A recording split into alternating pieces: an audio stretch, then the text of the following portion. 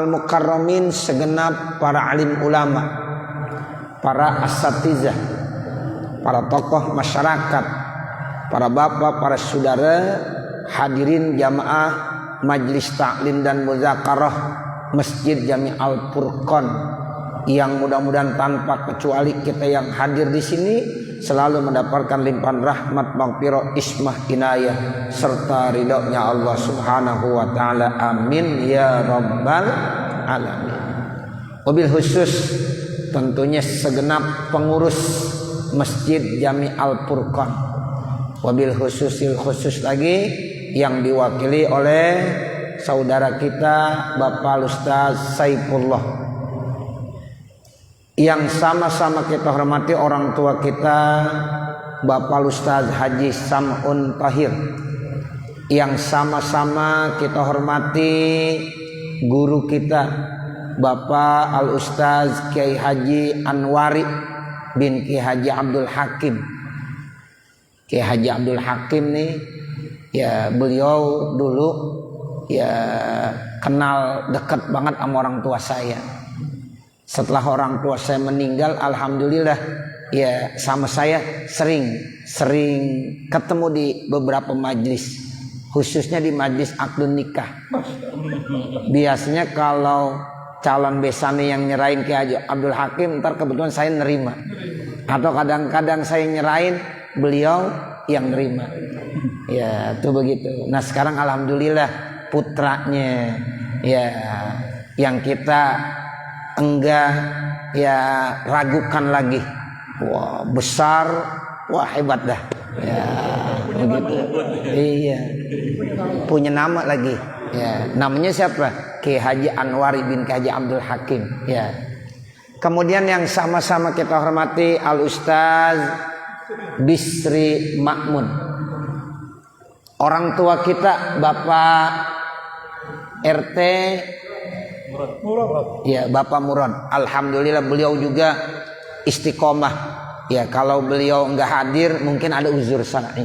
Ya begitu, dan semua jamaah-jamaah Bapak Ustaz Dr. Andes Manhal, jamaah sekalian yang mudah-mudahan kita dipertemukan di tempat ini, mudah-mudahan yang sering saya katakan pertemuan kita mudah-mudahan dijadikan sebagai pertemuan yang penuh dengan rahmat dan kasih sayang Allah Subhanahu wa taala. Sehingga mudah-mudahan kalau satu majlis, satu pertemuan itu dicatat sebagai ya majlis pertemuan yang penuh dengan rahmat dan kasih sayang Allah, mudah-mudahan segala doa-doa dan harapan-harapan kita dikabul, diijabah oleh Allah Subhanahu wa taala. Di dalam salah satu hadis Rasul bersabda, majtama'ah qaumun fi baitin min buyutillah. Tidak ada satu kaum yang kumpul di satu rumah dari rumah Allah Subhanahu wa taala, yazkurunallah, mereka berzikir kepada Allah. Kita kalau kumpul di sini bukan main gaplek kan ya? Iya. Tapi kita zikir. Kita zikir kepada Allah, kita baca selawat, kita baca Fatihah, bahkan kita buka kitab yang di dalam kitab itu ada kitab tafsir, ada kitab hadis, ada nasihat-nasihat daripada ulama-ulama. Nah itu namanya yazkurunallah. Ya, jadi kita semuanya zikir kepada Allah Subhanahu wa taala. Nah itu dibilang illa walaihimus sakinah, maka melainkan di tempat itu turun as-sakinah, ya kedamaian. Wa ghasyiyatuhumur rahmah, diliputi oleh rahmat dan kasih sayang Allah Subhanahu wa ta'ala. Nah itulah yang saya katakan, mudah-mudahan kalau tempat sudah penuh dengan rahmat dan kasih sayang Allah, maka doa-doa kita insya Allah diijabah, dikabul oleh Allah Subhanahu wa ta'ala. Mudah-mudahan Allah senantiasa memberikan yang terbaik buat kita semuanya. Allah panjangkan umur kita, Allah sehatkan badan kita, Allah luaskan rezeki kita, Allah mudahkan segala urusan-urusan kita, baik urusan kita di dunia maupun urusan kita di akhirat. Amin ya rabbal alamin. Salawat serta salam semoga tetap tercurahkan untuk baginda junjungan kita Nabi besar Muhammad sallallahu alaihi wasallam dengan ucapan Allahumma sholli ala sayyidina Muhammad wa ala ali sayyidina Muhammad. Allahumma sholli ala sayyidina Muhammadinil fatih lima ughliq wal khatimi lima sabaq nasiril haq bil haq wal hadi ila siratikal mustaqim wa ala alihi haqqa qadrihi wa miqdarihil azim. Bapak Saudara, waktu berjalan tak terasa bagi kita.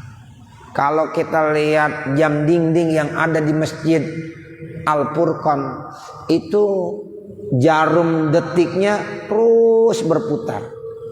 Iya Pak, coba lihat tuh. Jarum detik berputar terus. Kalau yang kagak berputar berarti jamnya mati. Iya. Nah, ini berputar terus.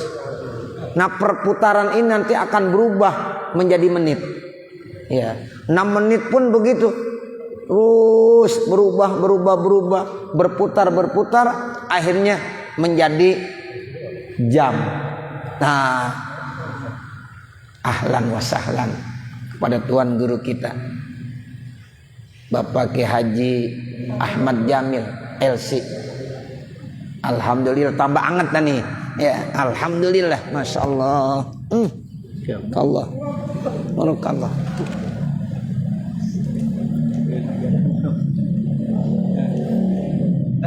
Sini teh.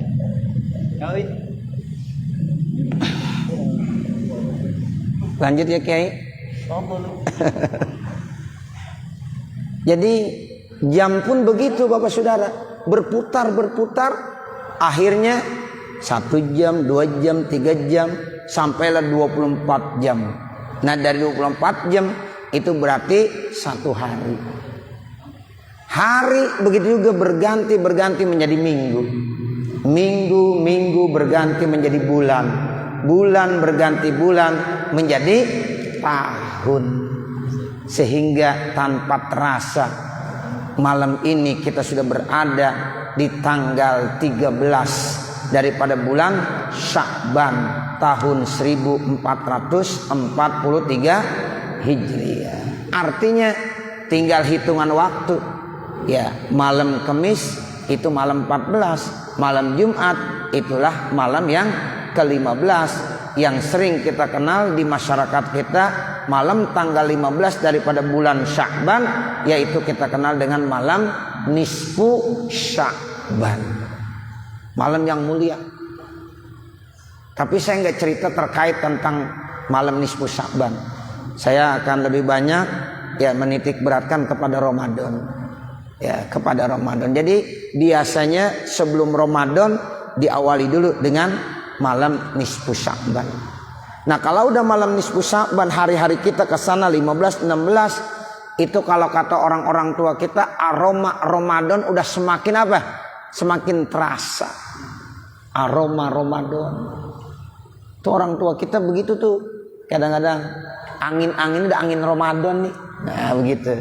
Hawa-hawanya udah kayak hawa Ramadan. Begitu Bapak Saudara. Begitulah memang yang namanya Ramadan. Karena Ramadan itu diumpamakan seperti tamu Bapak Saudara. Kalau yang namanya tamu perlu dimuliakan. Ada hadis riwayat Imam Bukhari, Imam Muslim, Rasulullah bersabda, "Man kana yu'minu billahi wal yaumil akhir falyukrim dhaifah." Siapa-siapa yang mengaku beriman kepada Allah, mengaku beriman kepada hari akhir, falyukrim dhaifah, maka muliakanlah tetamu. Jadi tamu menurut Rasulullah memang ya diperintahkan untuk dimuliakan. Karena falyukrim ini lamnya lam amar. Ya, yukrim memang fi'il mudhari. Dia maknanya memang mana hal dan istiqbal, tapi ketika masuk lam amr itu menjadi perintah. Karena perintah maka hukumnya tidak lepas, ada yang wajib, ada yang sunnah. Nah, jadi fal yukrim ini perintah kita, kewajiban kita untuk menghormati tamu. Apalagi tamunya calon besan. Iya Pak Haji ya. Wah, kalau calon besan, orang Betawi nih, orang Betawi, cerita orang Betawi, kalau ada calon besan datang, itu pisang raja mesti ada. Oh iya, kalau nggak ada pisang raja, ya belum jadi, mesti ada pisang raja itu. Itu baru calon besan. Bagaimana kalau udah jadi besan? Udah bukan lagi pisang raja yang keluar, apa aja dikeluarin. Tuh begitu. Emang orang-orang tua kita ngajarinnya begitu. Hormatin tamu, hormatin tamu. Bagaimana cara menghormatinya? Kasih suguhan. Ya, bagaimana supaya tamu ini merasa enak, nyaman. Pas banget didatang, kita sambut. Sampai kapan? Sampai tamu itu pulang kembali. Jangan sampai tamu bulan pulang kita udah tinggal. Misalnya istri, nggak boleh. Ya, tamu bulan pulang kita udah cuekin, udah tinggal. Ya, itu namanya menyinggung perasaan tamu. Ya, begitu. Jadi kalau ada tamu, kita sambut dari awal. Ya, nanti kita antar pulang lagi sampai depan pintu lagi. Masya Allah, itu ada sahibul bait yang baik dan bijaksana. Ramadan diumpamakan seperti tamu, bahkan tamu yang agung, tamu yang mulia, sehingga kedatangannya itu ditunggu-tunggu oleh semua umat Islam yang ada di permukaan bumi ini, termasuk jamaah Masjid Al-Furqan.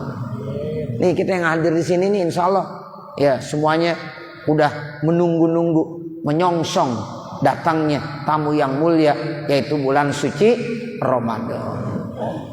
Cuma pesan saya tadi, kalau udah datang tolong disuguhi, tolong diopeni itu Ramadan. Ngopeninnya jangan baru-baru doang. Ramadannya masih ada udah ditinggalin. Nah, ini nih yang sering kali terjadi. Tanggal 1, tanggal 2, tanggal 3 sampai tanggal 10 insya Allah masih diopeni Ramadan. Nah, mulai tanggal 21 sampai tanggal 29 atau tanggal 30 udah banyak yang kurang ngopeni nama Ramadan. Ya, ada yang udah kagak ada di masjid, ada yang udah nggak ada di musola, baca Quran udah mulai males, ibadah udah mulai males. Nah, ini jangan sampai terjadi. Kenapa? Karena orang yang bijak, ya sahibul bait yang bijak, itu dia openi tamu sampai tamu pulang kembali. Jadi Ramadan itu bukan satu hari, Ramadan itu bukan satu minggu, Ramadan itu bukan 3 minggu, tapi Ramadan kata Nabi asyhru hakaza wa hakaza wa hakaza. Kemudian Nabi bilang lagi asyhru hakaza wa hakaza. Nah, satu lagi diginiin wa hakaza. Ini kalau kita belajar usul fikih namanya bayanun bil isyarah. Ya, bayanun bil isyarah. Jadi yang namanya 1 bulan itu kadang-kadang usianya 30 hari. Karena kata Nabi asyharu hakaza wa hakaza wa hakaza. Berarti 10 tambah 10 tambah 10. Berapa dah? 30. Nah, kemudian kata Nabi lagi wasyahru hakaza wa hakaza, jempolnya diginiin wa hakaza. Berarti berapa? 29. Jadi usia 1 bulan termasuk bulan Ramadan bisa 30 hari, bisa 29 hari. Nah, itulah kita openi selama 30 hari, selama 29 hari Ramadan harus kita openi dengan apa? Dengan melaksanakan amal-amal kebaikan. Kita isi Ramadan dengan perbuatan-perbuatan yang positif, yang baik-baik. Di dalam salah satu hadis saya nukil dari kitab At-Targhib wa Tarhib. Hadis ini riwayat Imam Bukhari dan Imam Muslim yang datangnya dari Abi Hurairah. Rasulullah bersabda, "Idza jaa syahrul Ramadan." Apabila Ramadan datang, futihat abwabul jannah. Maka pintu-pintu sorga dibuka. Ini Nabi bilang abwab, berarti bentuknya jamak. Kalau babun 1 pintu, kalau abwab 3 ke atas, berarti bentuk jamak. Nah, ternyata ada di beberapa keterangan hadis memang pintu sorga itu ada 8. Al-abwabus samaniyah, ada pintu-pintu 8 yang termasuk pintu sorga. Jadi kalau Ramadan udah datang itu pintu-pintu sorga dibuka, Bapak Saudara.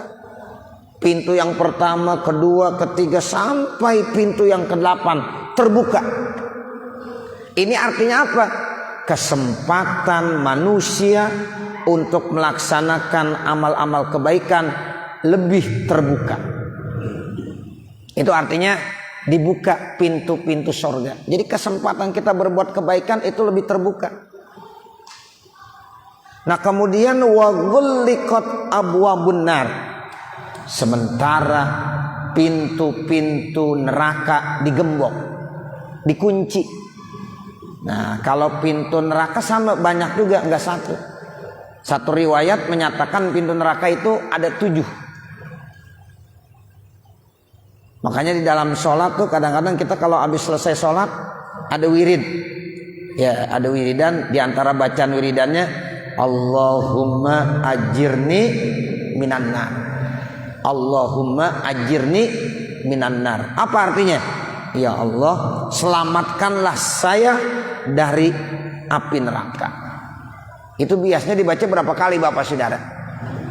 7 kali. Kenapa dibacanya 7 kali? Nah itu ada makna filosofinya, bahwa pintu neraka ada 7. Sehingga mudah-mudahan dengan kita baca Allahumma ajirni minan nar 7 kali, kita diselamatkan dari pintu neraka yang pertama sampai pintu neraka yang ke-7. Nah sekarang maksudnya apa? Apabila datang bulan Ramadan pintu-pintu neraka digembok, dikunci, artinya kesempatan manusia berbuat dosa maksiat itu dipersempit. Kalau bisa jangan sama sekali. Karena pintu neraka udah dikunci, berarti dipersempit. Dipersempit manusia berbuat dosa, berbuat maksiat. Jadi lebih banyak orang berbuat kebaikan-kebaikan. Makanya kalau kita lihat, ya banyak orang-orang yang selama 11 bulan jauh dari Allah, selama ini sibuk dengan kehidupan dunia. Kadang-kadang ya sholat saja sering terbengkalai, lupa. Amal-amal ibadah lainnya sering dia lupakan. Nah masuk Ramadan mereka terpanggil, ya bagial khair akbil. Wahai orang-orang yang melakukan kebaikan, pencari kebaikan, akbil, datang, tampil sini, silahkan. Ya sekarang bulan Ramadan. Ya jadi kita diperintahkan untuk memperbanyak amal-amal kebaikan. Kesempatan melakukan amal kebaikan itu sangat besar sekali. Nah seperti itu. Ya jadi pintu neraka itu dikunci, sehingga jarang sekali kita lihat ada orang berbuat dosa dan maksiat. Kenapa? Karena mereka ya sudah terpanggil untuk melakukan kebaikan. Ada orang yang selama 11 bulan ya Allah nggak kenal masjid, nggak kenal musola. Masuk Ramadan dia datang ke masjid. Nah alhamdulillah. Jangan dikata apa-apa, jangan. Ini kadang-kadang kita iseng juga, tumben lu datang. Nah besok dia kagak datang lagi dah. Ya jangan begitu. Emang namanya Ramadan ini kesempatan buat manusia apa? Buat manusia melakukan kebaikan. Banyak orang yang tadinya benar nggak kenal dengan masjid Bapak Saudara, tapi dengan datang Ramadan, alhamdulillah Ustaz sekarang saya udah mulai ke masjid. Tuh. Orang ada 11 bulan kagak pernah baca Quran. 11 bulan nggak pernah baca Quran. Pas banget masuk Ramadan dia buka kitab Al-Quran dibaca. Alhamdulillah. Tuh begitu. Kemudian diperkuat lagi sama Rasulullah, wasubbidatis syayatin, setan-setan dibelenggu, setan-setan diikat, setan-setan dirantai. Nah ini lebih memperkuat bahwa memang kejahatan, dosa, maksiat lebih dipersempit. Di samping pintu neraka digembok, setan diikat, dirantai, digembok. Kan biasanya setan yang selalu mengganggu manusia. Ya, kata Allah, setan itu ada musuh kamu yang sangat nyata. Jadi kalau setan udah diikat, udah dirantai, udah diborgol, berarti udah kagak berbuat apa-apa. Nah ini artinya kesempatan manusia untuk melakukan kebaikan-kebaikan. Nah Bapak Saudara, memang yang namanya kita sebagai umat Nabi Muhammad ini umat pilihan, sehingga dimanjakan. Ini kita sebagai umat Nabi Muhammad termasuk umat yang dimanjakan sama Allah. dikasih umur enggak lama. Kalau umat-umat yang lain umurnya di dunia panjang-panjang. Allah sayang sama kita umat Nabi Muhammad, makanya umurnya enggak ada yang panjang. Baina sittin was sab'in, antara 60 sampai 70. Kalau bonus 80, 90. Udah jarang di kampung kita yang usianya 100, 150, 200. Kayaknya udah enggak ada kali. Tapi kalau umat-umat yang terdahulu udah biasa. Usianya 200 tahun, 300 tahun, 500 tahun. Bahkan Nabi Nuh saja itu diberikan umur sampai 950 tahun. Tapi Nabi Muhammad hanya 63 tahun. Jadi umat Nabi Muhammad rata-rata 60-70, itu artinya usianya ya pendek. Itu dimanjakan. Kenapa? Karena dunia itu darul amal. Sementara akhirat darul jaza. Nah kalau darul amal kan kerja capek. Kalau darul jaza dapat hasil, udah enak. Tuh, jadi umat Nabi Muhammad sengaja dikasih umurnya nggak terlalu lama karena dimanjain sama Allah. Kita kan pengennya nggak banyak-banyak kerja, sedikit kerja, tapi gajinya gede. Ya, daripada kerjanya lama, gajinya kecil. Sekarang saya tanya sama Bapak Saudara, kira-kira Bapak Saudara kerjanya ringan, santai, gajinya gede, sama kerjanya capek, berat, ya, tapi gajinya kecil. Pilih yang mana maunya? Jawab, yang mana maunya? Kagak ada yang jawab. Yang pertama, yang kedua? Yang pertama apa? Kerjanya santai, ringan, upahnya, gajinya gede. Ada. Kita umat Nabi Muhammad, kita Pak Haji, umat Nabi Muhammad dimanjakan. Kerjanya sebentar, tapi gajinya gede. Ramadan. Tuh begitu. Ada yang bilang, bagaimana Ustaz? Ya kerjaannya ringan, gajinya gede. Nggak ada. Ada. Ya, nah begitu. Ini kita sebagai umat Nabi Muhammad, masuk aja Ramadan, nggak ada lagi yang namanya sunnah. Sunnah dibalas dengan fardu. Fardu menjadi 70. Bahkan di dalam salah satu hadis, ya itu kan al hasanatu bi asri amsaliha ila sab'i mi'ati dipin. Umumnya satu amal kebaikan dibalas dengan 10 sampai 700 lipat ganda. Tapi Allah bilang illa sauma, kecuali puasa. As-saumul li, puasa itu buat saya sendiri. Wa ana ajzibih, dan saya yang berhak untuk memberikan balasan. Jadi kita puasa tidak masuk kaidah ya satu amal kebaikan dibalas 10 sampai 700, tetapi bisa ribuan, bisa miliaran, bisa triliunan. Triliun Pak. Pernah ngelihat duit 1 triliun? Ya, saya juga belum pernah. 1 miliar aja belum pernah. Iya, cuma nyebut-nyebut doang gitu. 1 miliar, 1 triliun. Paling kita ya 1000, 2000, seperak, 2 perak. Ya. Itu Masya Allah Bapak Saudara.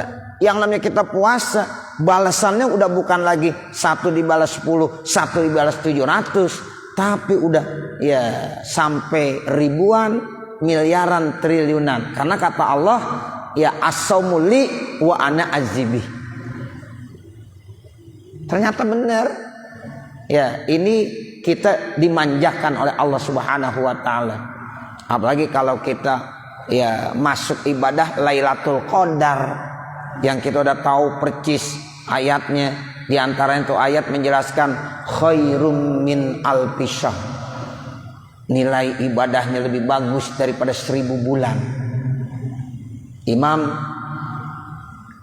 Syekh Abdullah Al-Haddad di dalam kitabnya An-Nasruddiniyah dan di dalam kitab Risalatul Muawanah dijelaskan bahwa orang yang melaksanakan ibadah 1000 ya bulan itu sama dengan ibadah 83 tahun. Tuh begitu. Jadi kita ibadah di malam Lailatul Qadar itu sama dengan 83 tahun. Kan berarti kerja ringan, gajinya gede. Dan kata Muallim Syafi'i Hazami, Allah yarham, pada saat lagi ngaji saya, ya beliau bilang begini, ya itu kita bukan berarti ibadah semalam suntuk, karena kita sebagai manusia nggak mampu. Suatu saat kita tidur, kita istirahat. Bagaimana caranya? Cukup kita sholat isya jamaah, kita sholat subuh berjamaah, itu udah sama seperti kita ibadah semalam suntuk. Kan lebih dimanjakan lagi. Enak banget jadi umat Nabi Muhammad. Dan itu berdasarkan hadis Nabi. Jadi siapa yang sholat isya berjamaah, kemudian dia bisa sholat subuh berjamaah, maka ganjaran pahalanya sama seperti ibadah semalam suntuk.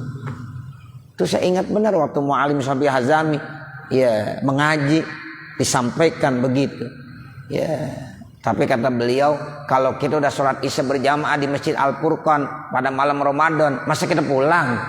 Ya, pasti nerusin dengan sholat tarawih. Kalau pulang, Ustaz Bisri pulang mau kemana tuh? Nah itu ditanya. Ya, pasti habis sholat isya dilanjutkan dengan sholat tarawih. Tuh begitu. Nah nanti sholat subuh begitu.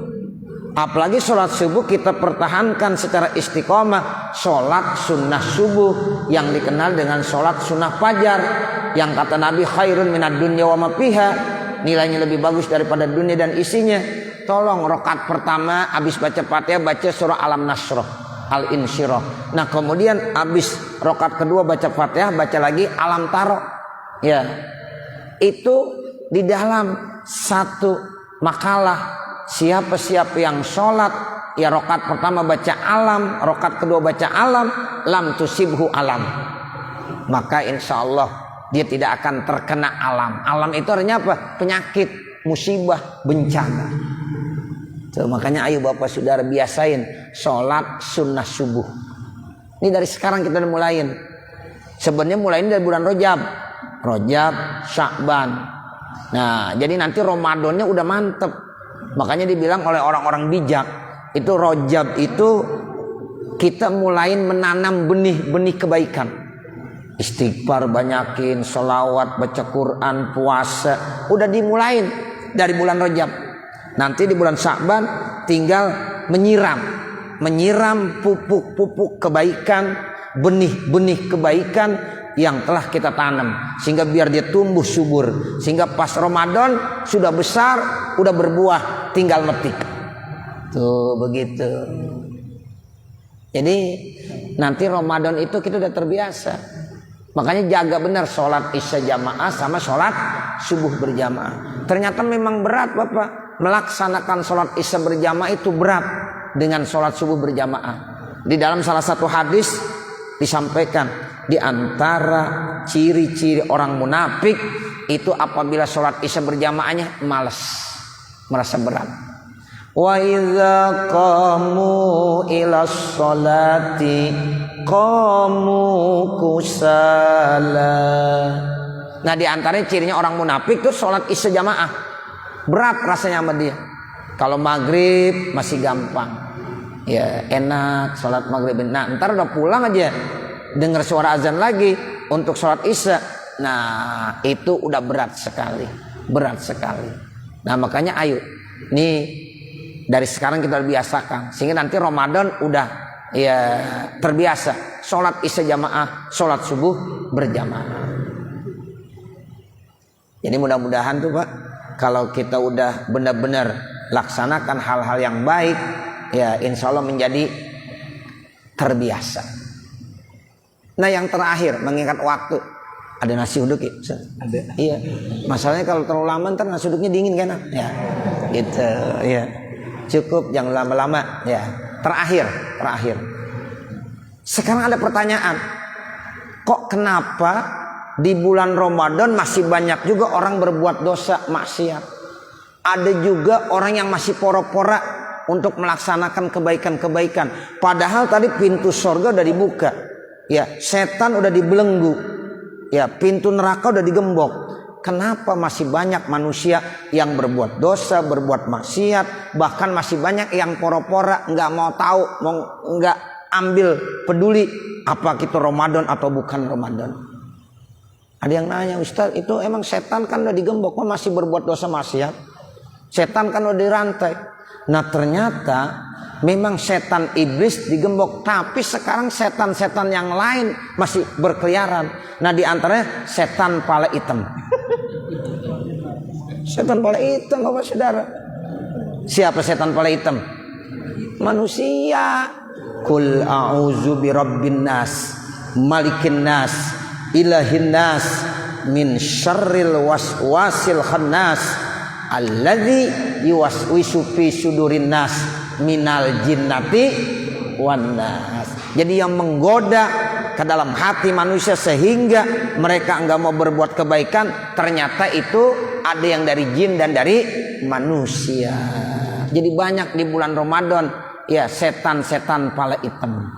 Ya, itu manusia yang kadang-kadang kalau setan beneran ya kita bacain bismillah itu mereka lari. Panas. Kalau setan pala hitam jangankan bismillah, kita baca Al-Fatihah, dibaca surah Yasin. Iya, dibaca surah Yasin. Masya Allah, nyerah kita, orang beneran dia. Ya, seperti itu. Nah, yang kedua, kenapa manusia masih ya malas untuk ibadah, masih malas untuk melakukan kebaikan, bahkan berbuat dosa maksiat? Mungkin karena tidak bisa mengendalikan hawa nafsu. Jadi hawa nafsu masih tetap ada.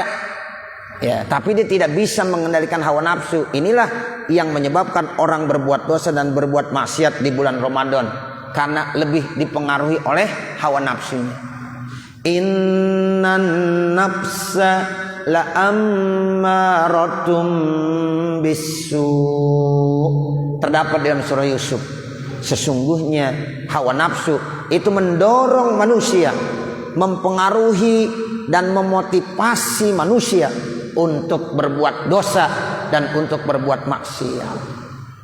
Tuh, makanya kadang-kadang kalau udah tanggal 20, 21 ke sana baca Quran udah males, sholat duha udah males, qiyamul lail apalagi namanya sahur, makan sahur udah ogah, udah jam 3 dibangunin, udah dah gue nggak mau nyaur. Tuh. Udah ada rasa malas. Kenapa? Inilah yang namanya hawa nafsu. Nah makanya ayo pandai-pandailah kita mengendalikan hawa nafsu, sehingga nanti kita lulus semuanya. Ya, setan pala hitam kita bisa kalahin, hawa nafsu juga kita bisa kalahkan. Nah sementara setan iblis udah jelas-jelas emang udah digembok, udah diborgol, udah diikat. Ya, pintu neraka udah ditutup. Nah sementara pintu surga yang terbuka, berarti insya Allah kita akan mendapatkan nilai-nilai kebaikan-kebaikan, sehingga kita masuk daripada orang yang beruntung, bukan termasuk orang yang rugi. Sebab nanti akhir Ramadan itu cuma ada dua kelompok manusia. Ada kelompok manusia yang beruntung, ada kelompok manusia yang rugi. Nah mudah-mudahan kita yang hadir di sini mudah-mudahan termasuk kelompok manusia yang beruntung. Amin ya rabbal alamin. Kita doakan kepada kita, diri kita, keluarga kita, saudara-saudara kita, jamaah-jamaah kita, mudah-mudahan selalu diberikan kesehatan sehingga bertemu dengan Ramadan, bisa melaksanakan puasa Ramadan dengan sebaik-baiknya. Saya kira ini kali yang dapat saya sampaikan, mudah-mudahan ada manfaatnya. Terakhir saya sadari benar, selama saya mengikuti kegiatan ya pengajian setiap malam Rabu, karena saya yang paling banyak bicara, berarti saya bisa simpulkan sayalah yang paling banyak berbuat dosa. Ya, jadi kalau ditanya malam Rabu dosanya paling banyak siapa? Saya. Ya, sebab kalau yang lain kan cuma diem doang. Ya, paling waktu bertanya. Ya, yang banyak bicara saya, Ustaz Anwari paling senyum doang dia. Iya, begitu. Jadi yang paling banyak punya dosa saya. Nah, karena memang ini tempat yang sangat istimewa, maka pada malam hari ini saya mohon dibukakan pintu maaf yang sebesar-besarnya. Ya, manakala ya yang saya lakukan setiap malam Rabu ada sikap, ada tutur kata, ada tingkah laku yang mungkin tidak sesuai ya dari apa yang Bapak inginkan, sehingga ya ini menjadi satu kesalahan dari saya. Untuk itu saya mohon dibukakan pintu maaf yang sebesar-besarnya. Bapak saudara, kira-kira kalau saya minta maaf di hadapan Bapak semuanya, mau nggak dimaafin? Bersedia Bapak memaafkan dosa dan kesalahan saya? Alhamdulillah. Mudah-mudahan saya pulang ntar di Masjid Al-Furqan nih, berarti saya kagak punya dosa. Iya, amin ya robbal alamin. Begitu juga nih kepada tetangga-tetangga semuanya. Kalau malam Rebo kadang-kadang ada suara saya yang mungkin mengganggu Bapak Ibu Saudara. Nah, mohon dibukakan pintu maaf. Ya, dibukakan pintu maaf. Karena nanti malam nisfu Sya'ban semua manusia akan diampunkan dosa-dosanya. Kecuali ada beberapa kelompok manusia yang tidak akan diampunkan dosanya. Di antaranya orang yang qati'atur rahim, yang memutuskan tali persaudaraan, yang memutuskan tali persahabatan, yang memutuskan tali pertemanan. Nah, jadi alasan apapun, yuk kita saling membukakan pintu maaf. Habisnya Ustaz dia begitu banget, nggak pakai begitu banget. Ya, udah kita maafin aja.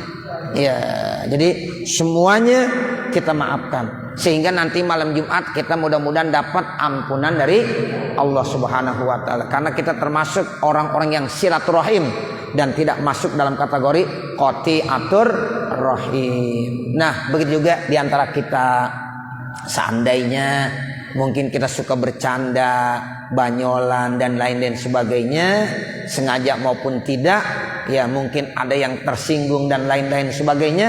Nah, pada saat ini juga ayo kita saling memohonkan maaf dan memaafkan, sehingga insya Allah hati kita udah bersih semuanya. Amin ya robbal alamin. Saya kira ini kali Bapak Saudara. Ya, mudah-mudahan apa yang saya sampaikan ada manfaatnya, khususnya untuk pribadi saya dan mudah-mudahan juga untuk para hadirin jamaah sekalian. Akhirnya ya saya tutup dengan ucapan wassallallahu alaihi wasallam Muhammadin wa ala alihi wa sahbihi wasallam walhamdulillahi rabbil alamin. Wassalamualaikum warahmatullahi wabarakatuh. Mohon maaf Kiai.